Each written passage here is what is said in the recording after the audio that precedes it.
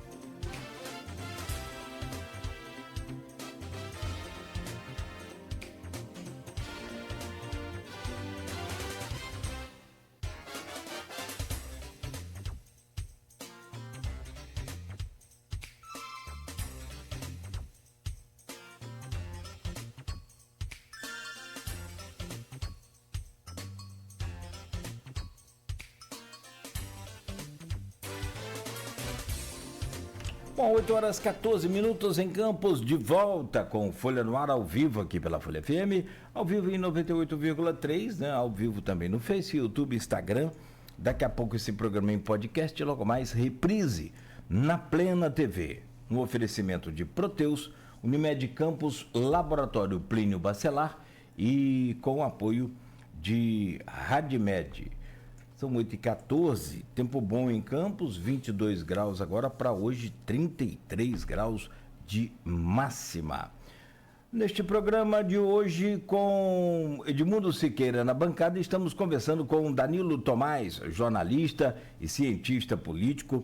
Ele tem, né, várias passagens por vários veículos grandes aí de importância nacional e internacional no país, como a Folha de São Paulo, como Valor Econômico, entre outros também fora do país, e hoje empresta para a gente aqui um pouco dessa experiência, dessa expertise, nessa dinâmica política mundial, nessa geopolítica e todas essas características, e também faz aquele exercício difícil de poder entender o que é essa Venezuela, mas com destaque aqui para uma frase que ele citou no primeiro bloco, dizendo que, independente de ditadura ou não, Venezuela parece mais, né, nesse atual governo, esse chavismo, parece mais um plano que não deu certo. E foi meio que se adequando aí às situações. E aí eu trouxe um tema no finzinho do primeiro bloco, uma observação que eu consegui fazer,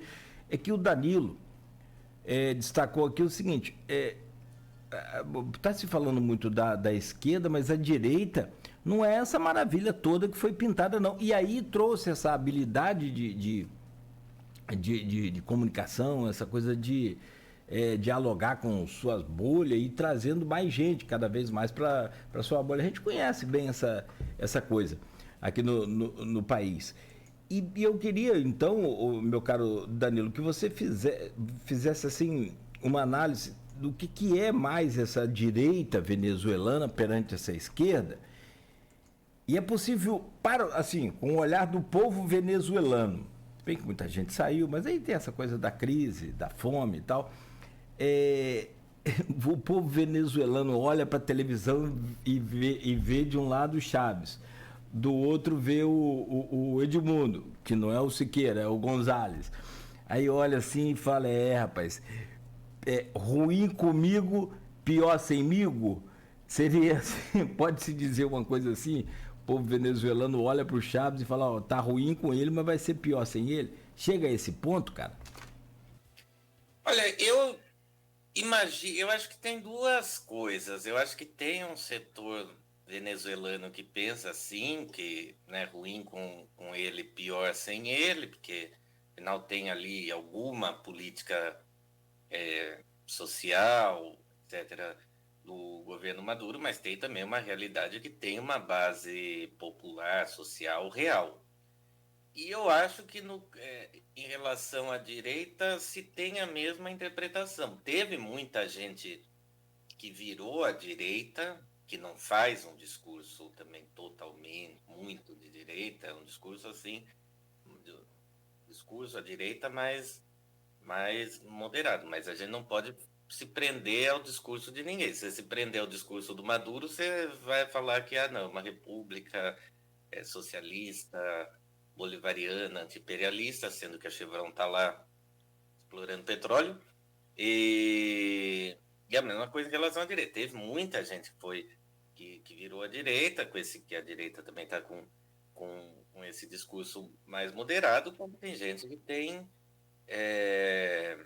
aversão a eles. Eu acho que no que a direita lá focou muito bem foi justamente nessa questão das famílias estarem separadas. Você para e pensar, um país que tem pouco mais de 30 milhões de habitantes, 8 milhões, quase 8 milhões, estão fora do país, não tem um venezuelano que não tenha um parente, um conhecido fora do país, entendeu? Então eu acho que nisso pegou, mas pegou isso, casando com essa melhoria econômica, que é uma melhoria econômica desigual, e num contexto no qual um dos lados vai perder e vai ficar fora do jogo. Não tem. A Venezuela entrou num ponto sem, sem saída. É igual Israel e Palestina. Não tem solução de dois estados. Um vai ganhar, um vai perder. Essa experiência bolivariana, Tomás, ela talvez tenha sido não é uma bola de ferro, mas o Ocidente viu isso com esses movimentos populares, né, de massa, peronismo, Krishna, né, o Lula aqui, o próprio Chaves, movimentos de massa que assustaram o imperialismo, digamos assim. E aí, como você falou no início do programa, tem os golpes militares que foram instigados aqui e tal, participação dos Estados Unidos aqui e na América Latina. E ali na Argentina, eu acho que é um dos casos, talvez, se não for, o mais complexo que a gente tem aqui na região. Embora tenha, saindo um pouco da Venezuela, mas falando desse contexto, embora tenha similaridades, é um caso específico. Ali o peronismo, né, você me corrige se estiver errado, mas anos 40, começou ali e tal, aí teve a questão dos golpes, mas movimento popular de direitos, de direito trabalhista, direito social, né? E a Argentina sempre na crise econômica ali se arrastando. Até chegar no Milei. O Milei é uma resposta a isso tudo? Ou você acha que o Milei assim como Maduro, assim como o contrário do Maduro, uma resposta da população argentina, dizendo, olha só, chega, vamos colocar esse cara aí que fala com o cachorro morto e vamos ver o que acontece? Ou é uma conjuntura que chegou a esse ponto, deveria chegar a esse ponto inevitavelmente? O caso argentino que é o seguinte, a Argentina é o país assim que primeiro teve uma industrialização aqui na América do Sul, porque ela, né, tinha lá a Pampa Úmida, que é uma terra muito produtiva, ela produzia carne, lã e cereal, numa época que a Inglaterra precisava de lã para a indústria têxtil e de carne e cereal para alimentar a população dela a baixo custo, né? Então, isso foi muito benéfico para a Argentina, porque entrava muito dólar e a Inglaterra, para ajudar a escoar a produção ali para o porto em Buenos Aires, etc., ela investiu muito na Argentina. Então, a Argentina teve um desenvolvimento muito acelerado. No começo nos anos 10, entra já um governo industrializante que cai quando tem a crise de 29, os preços agrícolas vão para baixo. Acontece até uma coisa engraçada, que é ali que tem a virada entre Brasil e Argentina, porque eles tinham um governo industrializante que é derrubado pela queda aí dos preços agrícolas para a elite agrária voltar ao poder, e já que ela não conseguia dinheiro com exportação, ela vai e surrupia do Estado, e aqui a gente tinha, né, a oligarquia cafeeira no poder que cai e entra a turma industrializante. tem esses 10, esses 13 anos assim de queda da Argentina na década de 30, e aí o peronismo ele ascende em 43, né? Ele leva esse nome por causa do Juan Domingo Perón, que eles derrubam esse governo militar que estava de 30 até 43, apoiado pela elite agrária. E, de fato, o Perón, primeiro, ele se torna secretário de assistência social, cria muitos direitos que eram demandados desde os anos 10 e consegue se habilitar e vira presidente. O plano do Perón, qual que era? Era criar na Argentina, assim, né? Tanto que assim, eles têm uma doutrina, o peronismo, que é assim, seria um meio termo, um pacto social entre o setor produtivo argentino e os trabalhadores e a classe média, né? A Argentina é historicamente uma classe média grande, mas enfim, aí foram derrubados em 55, foram prescritos, voltaram em 73, o Perón morreu em 70, num contexto de muita crise, o Perón morreu em 74, aí a direita tomou conta do peronismo, na época tinha grupo armado na Argentina, e veio a ditadura de 76, que era uma ditadura que tinha como plano erradicar tudo que eles chamavam assim de subversão apátrida, que ia desde as ideias desenvolvimentistas até a esquerda armada, passando ali pelos trabalhadores, sindicalistas, indústria nacional. Eles queriam erradicar isso para a esquerda nunca mais voltar. E eles começaram ali a destruir a indústria argentina, a precarizar os trabalhadores e mataram e desapareceram com 30 mil pessoas em 7 anos, que é uma coisa fora de proporção, assim, uma coisa assustadora. Quando tem a crise dos anos 80, a Argentina sofre bastante essa crise. Quando vem como todo mundo sofreu, quando vem os anos 90, o que acontece? Aquele plano econômico da ditadura, que trocava a indústria nacional pela financiarização, ele é aprofundado. Por quê? Porque o Menem, eles criam lá, para combater a inflação, eles criam uma semidolarização da economia argentina. Então, ali, por força de lei, o peso valia $1. E para manter essa paridade, eles mantinham um determinado estoque de reservas. Para sustentar essa paridade, você precisava ter dólar para isso, eles abriram a economia, né, das importações, estava afundando mais a indústria, e privatizaram tudo. Tudo, tudo, tudo, tudo, tudo. Até Rio foi privatizado nessa época.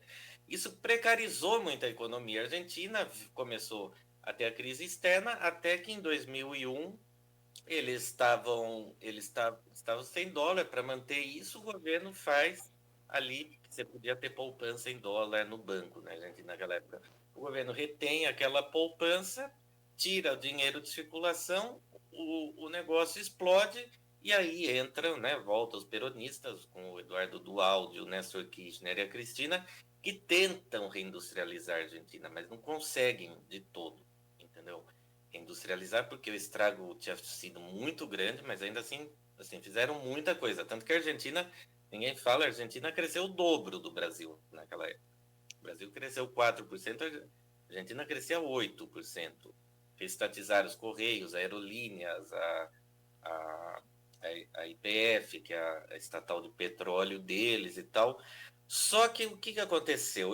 Todo esse processo de avanço que foi real, ele se deu numa base que a Argentina estava de fato mais frágil, porque ela tinha uma dívida externa muito grande, parte dos credores internacionais não aceitaram, então ela tinha restrição de crédito e tal. E para sustentar essa economia, essa social-democracia argentina, com a qual os argentinos cresceram acostumados, eles começaram a imprimir moeda. E ali começou a subir a inflação, que sempre foi alta na Argentina. A Argentina nunca teve, tirando na época da paridade, nunca teve essa inflação igual aqui do Brasil, de 3, 4, 5%. Ali o baixo, você fala com a Argentina, eles falam, não, naquela época a inflação era baixa. Quanto? 17% ao ano. E aí o que acontece? Isso gera um desgaste no final do governo da Cristina, né? O sucessor dela perde a eleição para o Macri, que promete baixar a inflação, pôr tudo em ordem, numa época que a inflação argentina estava 1% ao mês. o que acontece ali? O Macri, ele toma, depois que depois de todo aquele trabalho para pagar o FMI, etc., limpar a casa, acumular reservas, dar uma mínima estabilidade para a Argentina, o Macri toma o maior empréstimo internacional da história do FMI, em 2018. Foi de 41 bilhões. Então, se você olha a curva, a inflação explode justamente ali. E no governo também estava fazendo arroxo social, tudo. Então, a inflação explode, a situação econômica piora. O que os argentinos fazem? O que eles sempre fazem: chamem os peronistas de volta. Eles chamaram os peronistas, só que eles chamaram um peronista meio falso, que agora está até sendo acusado de agredir a mulher, né? Que é o Alberto Fernandes. E o Alberto, além de não resolver essa situação por uma série de circunstâncias, a Argentina teve uma resposta um pouco complicada para a pandemia aqui. Eu não sei se vocês lembram, os argentinos ficaram um tempo absurdo trancados em casa. O que aconteceu? Essa soma de crise econômica, inflação aumentando e todo mundo sem poder sair de casa por um tempo absurdo, sei lá, aqui no Brasil a gente ficou 3 meses preso e começou a sair com cuidado lá por julho, agosto e tal. Lá não, lá eles só puderam sair em 2021. Isso fortaleceu muito um discurso de uma nova direita, que é essa capitaneada pelo Milei, pela vice dele, a Vitória Villarruel, de que a liberdade dos argentinos estava sendo tomada pelo Estado, o discurso da ineficiência econômica, e eles vão para a eleição. Na eleição, o que você tem? Você tem o ministro da Economia de um governo impopular, que é o Sérgio Massa. Você tem a Patrícia Bullrich, que é representante do Macri, e você tem o Milei. Como os peronistas têm uma base popular grande, um pouco maior até que a do PT aqui, o PT tem 30% aqui, ele sempre tem 30 e poucos por cento lá. O Sérgio Massa ganhou no primeiro turno e foi para o segundo com o Milei, quando tem essa união Milei e Macri. Por que as pessoas acabaram votando no Milei? Porque as outras alternativas já tinham sido testadas e, à sua maneira, tinham fracassado. A Cristina terminou desgastada, o governo, até também muito pela lógica do confronto, que era muito, que eles chamam lá de lagreta. Entrou o Macri para resolver isso, a situação piorou. Volta o peronismo, né, o Fernandes com a Cristina, o negócio também não... A inflação volta a piorar, embora a economia não tenha ido mal nesses anos do Alberto, mas a inflação estava muito alta. O que eles falaram? Bota esse cara aí para ver se resolve a situação. O que acontece? Esse cara aí que dizia, né, que ia confrontar a casta política argentina, não sei o quê, ele se apoiou no Macri e na Bullrich, que são a coisa mais casta possível na Argentina, em todo o empresariado argentino. E começou a passar, desde um decreto lá, isso eu estava lá ainda, o DNU, lá, o Decreto Nacional de Urgência, que desregulariza a economia, e depois a lei de bases que assim precariza toda a situação, além de desregular muito mais a economia, precariza a situação social de um jeito absurdo. Mas pelo menos a maior parte dos argentinos topou pagar esse preço para baixar a inflação. Só que o que está acontecendo? A inflação está baixando numa situação artificializada, que eles estão segurando o câmbio para não influir, né, no dólar, para não influir no preço das coisas. Eles estão artificializando o câmbio, vendendo as reservas em dólar do país e vendendo as reservas em ouro. Ou seja, a Argentina está indo para um cenário que ela está sem reservas, uma crise fiscal aumentando, que o Milei cortou tudo, derrubou a economia, ou seja, se você gera menos receita, a relação dívida-PIB aumenta. E cortou gastos sociais assim, em tudo, umas coisas básicas. Que ali na Argentina tem uma coisa que chamam os comedores, são restaurantes populares gratuitos, para as pessoas não morrerem de fome. O governo simplesmente, como tinha muita acusação de corrupção na época dos peronistas, que eles usavam esses comedores para atrair apoio político, etc. Eles simplesmente deixaram 6 mil toneladas de comida apodrecendo nos depósitos do governo, num país que hoje tem mais pobreza indigência que a Venezuela, é 55%, onde a população está, assim, morrendo de fome. Eu lembro uma vez, quando eu estava lá, que os lixos lá são tipo uns containers, assim, fechados, grandes, assim. Eu abri o lixo para pôr o lixo, tem uma pessoa dentro, pulsando o lixo. Uma vez eu passei, a mãe estava pondo a filha ali dentro do lixo para fuçar o lixo. Então é essa a situação da Argentina, uma situação que vai explodir cedo ou tarde. Que as pessoas ainda estão naquelas assim, calma, né, vai melhorar, tem pouco tempo de governo, mas não vai mesmo. Você acha que o Milei não termina o governo? Não sei, porque ele tem apoio, tanto que ele passou essas leis e tal, ele tem apoio político, porque também essas leis assim interessam ali ao establishment argentino que financia todo mundo, entendeu? Mas não saberia dizer. Mas que vem uma crise feia, vem. E tem, assim, os argentinos estão se mobilizando bom, os argentinos estão meio sempre em protesto, mas assim, em protesto contínuo desde dia 20 de dezembro, que foi quando saiu o DNU. Já teve greve geral, já teve de tudo. Já teve gente presa arbitrariamente, já teve de tudo nesses 8 meses. Assim, mas é uma situação explosiva, uma situação insustentável. Você falou, desculpa, Edmundo, só pegar aqui no pé de Dadi. Você falou que internamente você não sabe se voltaria para a Argentina. Você gostaria de voltar para lá? Aí eu não sei, acho que a pergunta tem dois sentidos, né? Pode colocar assim, pessoal e também profissional, né? Não, eu sinto saudade de lá, sim. Voltaria, sim. Mas é que tá complicado, porque, por exemplo, uma das coisas que desregularam ali foi a lei de aluguéis, que era meio absurda aquela lei de aluguéis, assim, que, sabe, tinha que fazer contrato de 3 anos, tinha que provar que tinha não sei quantas casas, enfim, era muito burocrática e tal. Mas agora não tem regulação nenhuma. Então, aluguel num país que é bimonetário, onde corre duas moedas, onde corre o peso, onde corre o dólar para quem tem acesso ao dólar, os aluguéis são todos cobrados em dólar e o dono do apartamento pode cobrar o que ele quiser.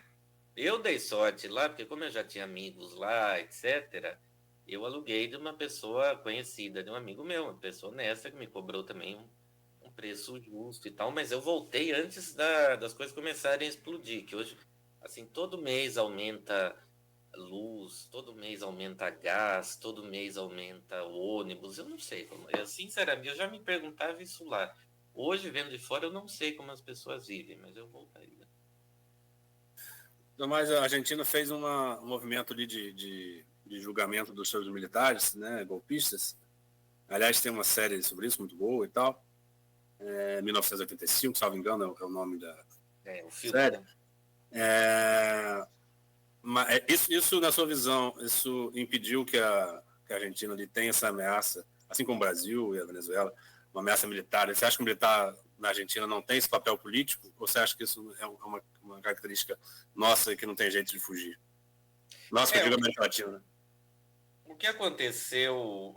militar tem poder em qualquer país, né? Nos Estados Unidos eles têm. Hoje quem faz a diplomacia americana são os militares, né? Mas a diplomacia, a Inglaterra... Não participa diretamente, assim, né? São mais envergonhados.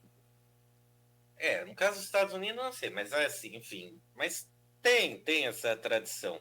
O que acontece com essa história? Isso tá uma história complicada, essa dos militares, genocidas, etc., na Argentina, porque eles foram, né, julgados em 85, né, os militares que comandaram o país durante a ditadura. Só que daí houve uma pressão militar para não dar continuidade a esse processo, que é a lei de obediência, a lei, acho que ponto final, o nome da lei, se salvo engano. Em 90, esses militares eles foram anistiados, eles foram soltos, o Videla e todos eles. E o que aconteceu? Que existia lá desde a década de 70, né, desde a ditadura, né, desde 77, tinha as mães da Praça de Maio, que eram as mães dos desaparecidos políticos, e as avós, que eram as mulheres que as filhas desaparecidas, ou filhas e filho, o casal que elas, né, tem filho e genro e tal, que estavam grávidas, elas não sabiam do paradeiro dos netos. Essas mulheres, quando tem essa anistia, elas continuam fazendo pressão e tal, e em 98, o general Videla, Jorge Rafael Videla, ele volta para a cadeia por ter justamente participado do sequestro e apropriação de uma criança. E aí, a partir disso, ele vai para a cadeia, e o outro, Orlando Macera, volta para a cadeia, e nos anos dos Kirchner retomam julgamentos, vai muita gente presa, mais de 1.000 participantes presos. O que está acontecendo? As madres e as abuelas acabaram ficando muito próximas do peronismo. E isso começou a despertar uma reação da oposição assim, de uma direita liberal, e também começou a criar um movimento pela história completa da ditadura argentina. Por quê? Porque você tinha uma esquerda armada na Argentina nos anos 70, que foi dizimada já no governo da Isabel Perón, que antecede a ditadura, e o que tinha sobrado terminou de ser dizimado durante a ditadura. Só que o que essa história da história completa que a Vitória Villarruel ela começa a liderar aqui foi, na verdade, o que aconteceu na Argentina não era resistência armada de esquerda, era uma guerra. Então você tem que também reconhecer as vítimas do terrorismo da esquerda. Só que assim, você não pode comparar o terror de Estado, que é o Estado que tem o poder militar, o poder de espionagem, o poder de tudo, né, não existe essa equivalência. É a mesma coisa de ser, sei lá, tem qualquer ladrão armado aí com uma pistola vagabunda, chega alguém com um exército com um canhão para matar ele. Não são coisas equivalentes. E ela começou a vender essa ideia e ela visitava. O pai dela foi acusado de tortura na Guerra das Malvinas, o tio foi condenado, etc. E ela visitava esses genocidas na cadeia. Visitava, inclusive, o Videla, que é o pior de todos, né? Que já morreu sentado numa privada, dentro da cadeia. O que começou? Hoje em dia já não tem mais aquilo que tinha na Argentina, desse consenso em torno da questão da ditadura. Tanto que agora 6 deputados foram visitar o Alfredo Astiz, que é uma das piores figuras desse período, que foi um cara do Exército que se infiltrou no grupo das Mães de Maio em 77 e denunciou 3 delas que morreram e desapareceram ali em 77.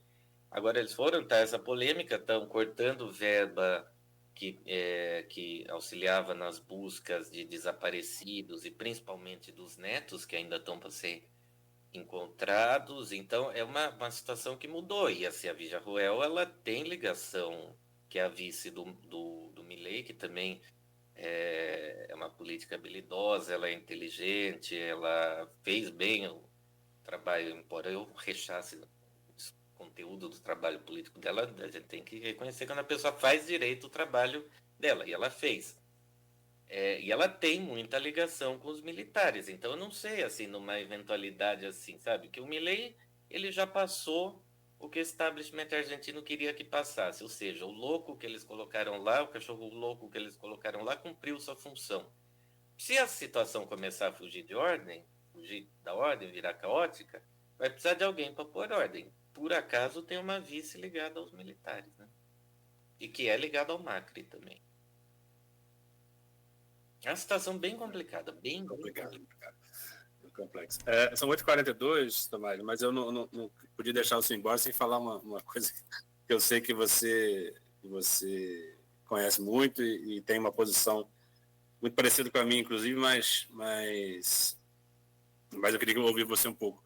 Em relação ao identitarismo, né, para a gente fechar aqui. Essa cultura woke, essa coisa que a gente está importando aí dos Estados Unidos, importou e agora está abrasileirando. E se eu queria que você falasse também se isso tem relação, eu já vi gente chamando de jangismo, ali com a primeira-dama da Janja e tal, em relação, que eu digo, com a posição do próprio Lula em relação a esses temas.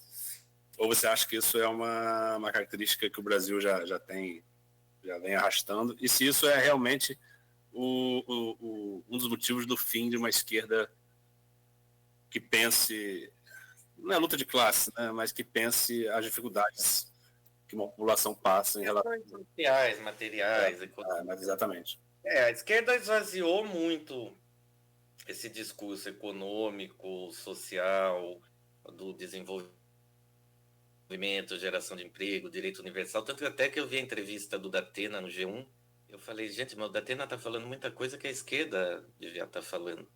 Assim, isso me chamou a atenção.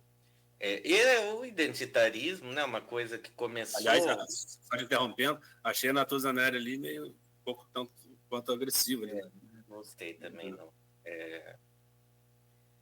O identitarismo, ele é uma coisa que ele começa, né, com a volta dos exilados nos anos 80, que muita gente traz isso das universidades americanas, mas como naquele período no Brasil a classe trabalhadora estava muito forte, você tinha uma coisa, a questão da desigualdade era muito, muito premente, né, no Brasil, essa discussão da desigualdade e tudo, eles não ganharam força, eles começaram a ganhar força depois que o PT caiu, que muita gente deu o PT como morto e enterrado, e começou a vir esse discurso num crescente. O que é o identitarismo? Ele é a usurpação da pauta das minorias historicamente oprimidas, negros, mulheres, LGBT,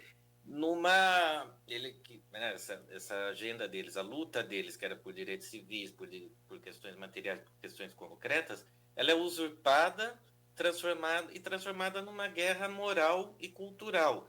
Então, o problema deixa de ser assim a inflexão entre raça e a desigualdade social, entre gênero e raça, e vira uma questão moral, como se tudo fosse culpa desse homem branco que não existe, como se não houvesse um sistema econômico e político, houvesse o patriarcado. E a esquerda acabou embarcando, a esquerda argentina também embarcou muito nisso, tanto que deu no que deu. A esquerda embarcou muito nisso, nessa guerra, começou a cancelar todo mundo, muita coisa deixou sendo posta em segundo plano, então, assim, tipo, as pessoas já não eram mais contratadas ou demitidas pelo trabalho delas, mas pelos valores e tal. E eu acho que isso já gerou um desgaste muito grande no Brasil, mesmo porque deixou muita gente pelo caminho, foi desmascarado em muitas coisas, né? A hipocrisia, você vê nessa questão da Palestina, né? O pessoal fala de antirracismo, mas você vê um protesto sobre a Palestina no Brasil? Não tem. Tem uma questão racial ali. Você vê, por exemplo, o pessoal do Partido do Mandela está aliado, no Congresso Nacional Africano, está aliado entre se aliar com a esquerda sul-africana, que esquerda na África do Sul, esse nome, os negros, e se aliar com a direita branca, que é a herdeira do apartheid, eles se juntaram com a turma do apartheid, ninguém fala nada. Aí no Rio, eu lembro quando eu morava no Rio, o que tinha de invasão policial, criança perdendo escola, assassinato, ou aqui em São Paulo, que teve no começo desse ano, as chacinas em Santos, também não aparece ninguém. Nunca aparece ninguém nessas situações. Aí alguém fala todos ao invés de todas, a pessoa é destruída. Chega uma hora que todo mundo fala, mas espera aí, onde você estava quando aconteceu tal coisa? Não estava. E nunca é tão. Mas daí aparece isso. Alguém fala mal de uma coisinha e daí é cancelado. Então é uma disputa moral, mas cansa, né? Porque é 24 horas isso, né? Você abre um jornal, as matérias são sobre isso. Você olha lançamento de livro, é sobre isso. Você olha você pega no streaming e assim, e não é uma coisa popular, também é uma coisa que deu errado, porque gastaram dinheiro nisso, a Disney faliu com isso, a Globo está perdendo audiência com isso. Se você olhar mais vistos do streaming, não tem nada de cultura woke, as coisas woke ninguém vê, ninguém compra esses livros, é só olhar a lista dos mais vendidos, enfim, é uma política que deu errado, mas o PT, por suas loucuras, fica nessa, né? Então você vê, manter a Aniele Franco naquele Ministério da Igualdade Racial, uma ofensa aos paulistas, depois do que aquela assessora dela falou, que é todo mundo paulista e safado. A menina foi mandada embora, mas a Aniele Franco nunca se desculpou. Quando teve a enchente, Aniele Franco quer salvar os ciganos e quilombolas. Todo mundo sabe, na enchente do Rio Grande do Sul, todo mundo sabe que numa enchente, quem se salva primeiro é criança, você vai pela vulnerabilidade, mas a vulnerabilidade numa cidade que está no estado quase inteiro que está abaixo, não é determinada, mas é outra regra. Aí do meio do nada, a outra aparece uma falando do direito das pessoas se masturbarem nos abrigos. Gente, a pessoa... Olha, tipo, é uma coisa muito fútil. E a Janja, ela tem isso, mas eu não acho que a Janja tenha... Eu não acho que exista um janjismo, não. Eu acho que a Janja uma deslumbrada ali. Então, tem muita gente deslumbrada, né, nesse governo. O Ministério das Comunicações também. Aliás, você fala assim, cara, vem muita coisa na minha cabeça também, com, de fato, que poderia estar acertando ou demonstrando uma tentativa de acertar nesse Lula 3. Por exemplo, essa questão aí da Arielle que você falou, né, e a ofensa com os paulistas. Agora, mais recente, uma oportunidade muito boa do governo demonstrar essa força na tentativa de acertar. O Ministério das Comunicações acabou naquela mega imagem maravilhosa e tal das Olimpíadas, né, com as duas americanas e com a brasileira Rebeca Andrade ganhando ouro e as duas americanas referenciando a nossa brasileira. Aquilo ali tem muita representatividade, não só feminina, não só preta, não só... Acho que todo atleta, tudo envolve muito mais do que aquilo ali. É muito gigante aquela imagem. O Ministério das Comunicações foi lá, tirou a Rebeca e colocou uma logo de um programa que eles têm, que é mais computador para todo mundo, não sei o que, não sei o que.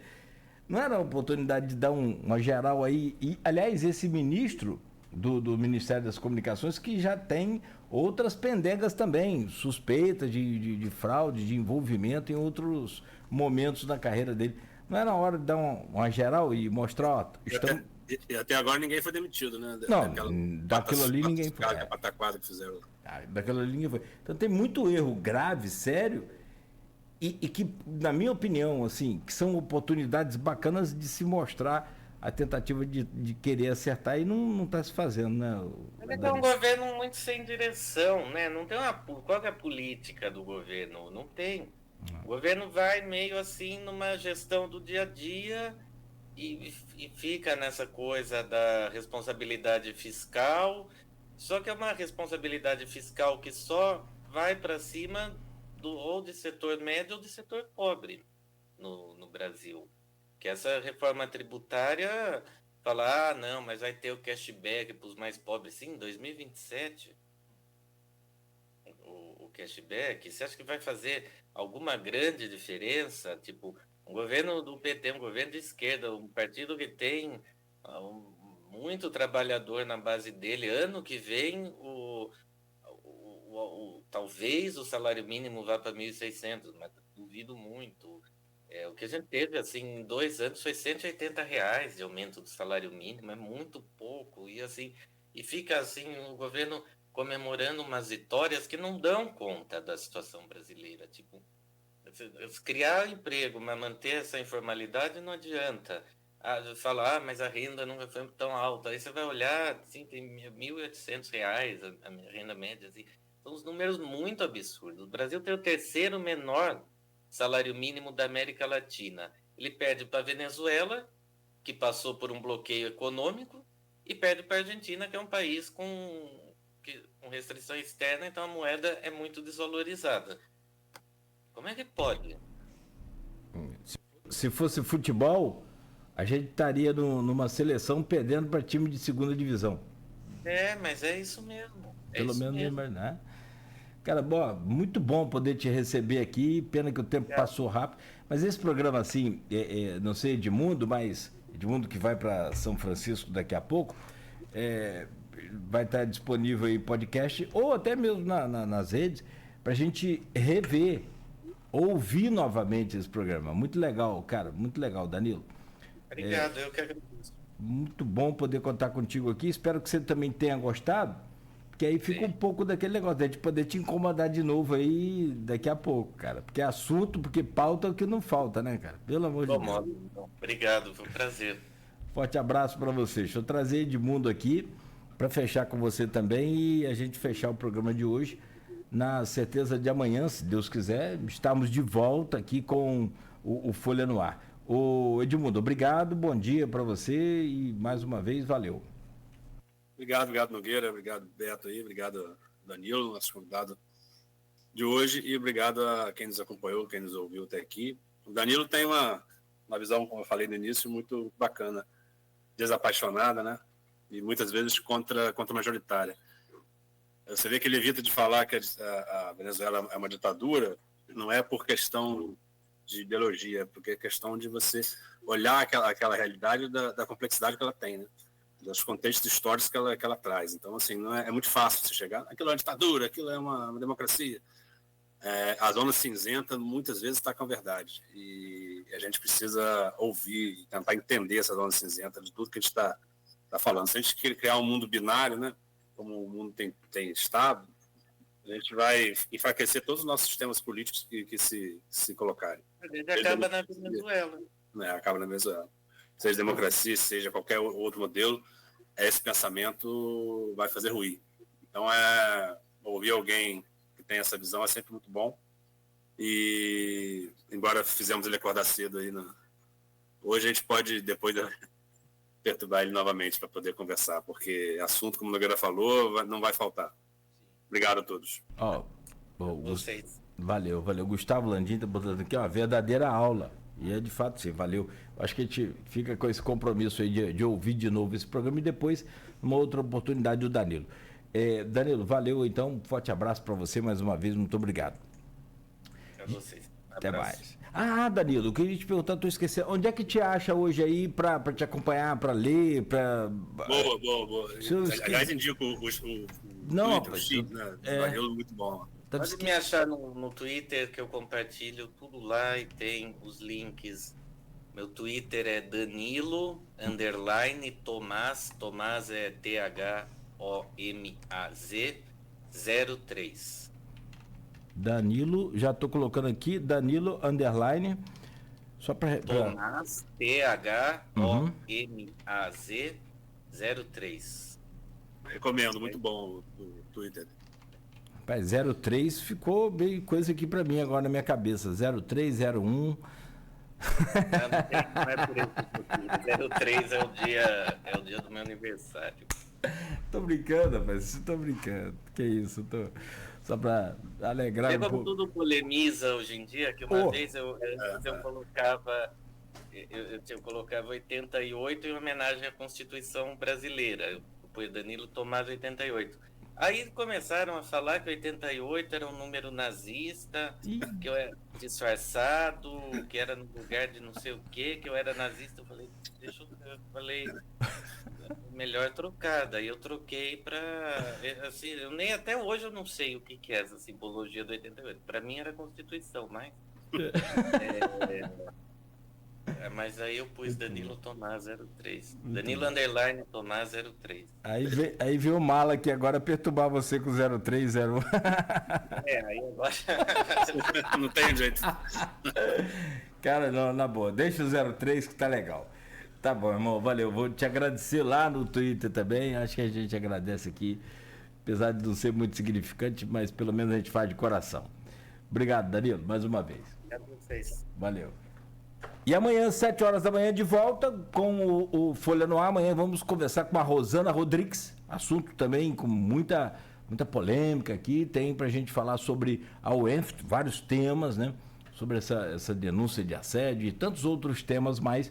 Pela primeira vez, uma mulher na reitoria da nossa Universidade Estadual do Norte Fluminense. Na bancada amanhã com o Edmundo Siqueira, com a Luiz Abreu Barbosa, com a gente. Se Deus quiser. Fique ligado.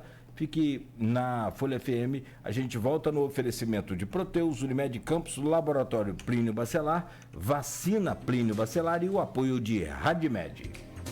A Radimed, mais uma vez, é pioneira